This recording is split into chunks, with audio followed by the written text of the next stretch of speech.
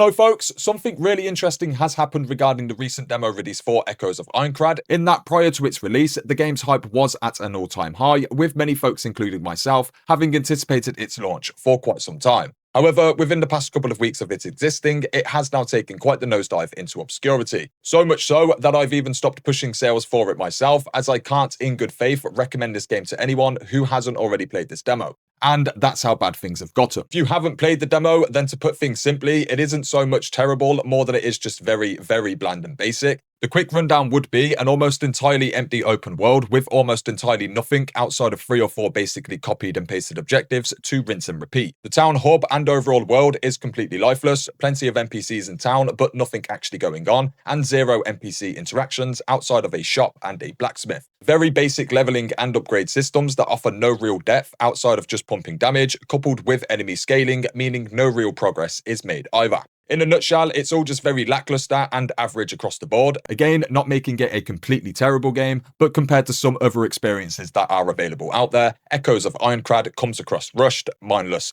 and overall just very mid. This game simply is not up to standard enough, and all additions should be priced much, much less, especially when considering how lackluster and completely devoid of depth that the complete game stands to be. Things would probably be far less problematic here if the price tag was much lower. However, the sheer lack of depth combined with the high price tag has culminated into this game coming across as a little bit insulting. Now, with all of that said, it shouldn't be hard to see why so many folks have lost interest and turned their backs already, especially when factoring in just how many genuinely great games are releasing over these next few months. The difference in hype here is quite staggering. Prior to the demo, the buzz around the game was at an all-time high, and then almost seemingly overnight, the critical comments began to circulate online, and then over the next few days, more and more folks found they were not alone in how they felt. This has not only resulted in multiple pre-orders being cancelled, but also the sheer drop-off in hype will then stop this game from flagging up on many gamers' radars. And now, even if it does, the demo more than likely won't hook them at all. And if I came into this experience blind after having spent £55 or 70 USD,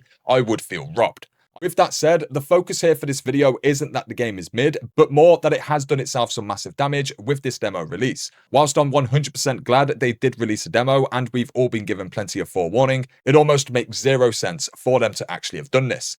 As I previously mentioned, this will have impacted sales, and any initial boom has now been squandered. This more than likely means that this game will then underperform in regards to what Bandai Namco have projected for it already, and then if it very much doesn't reach those targets, then future updates, DLC, and everything else in between is potentially then off the table.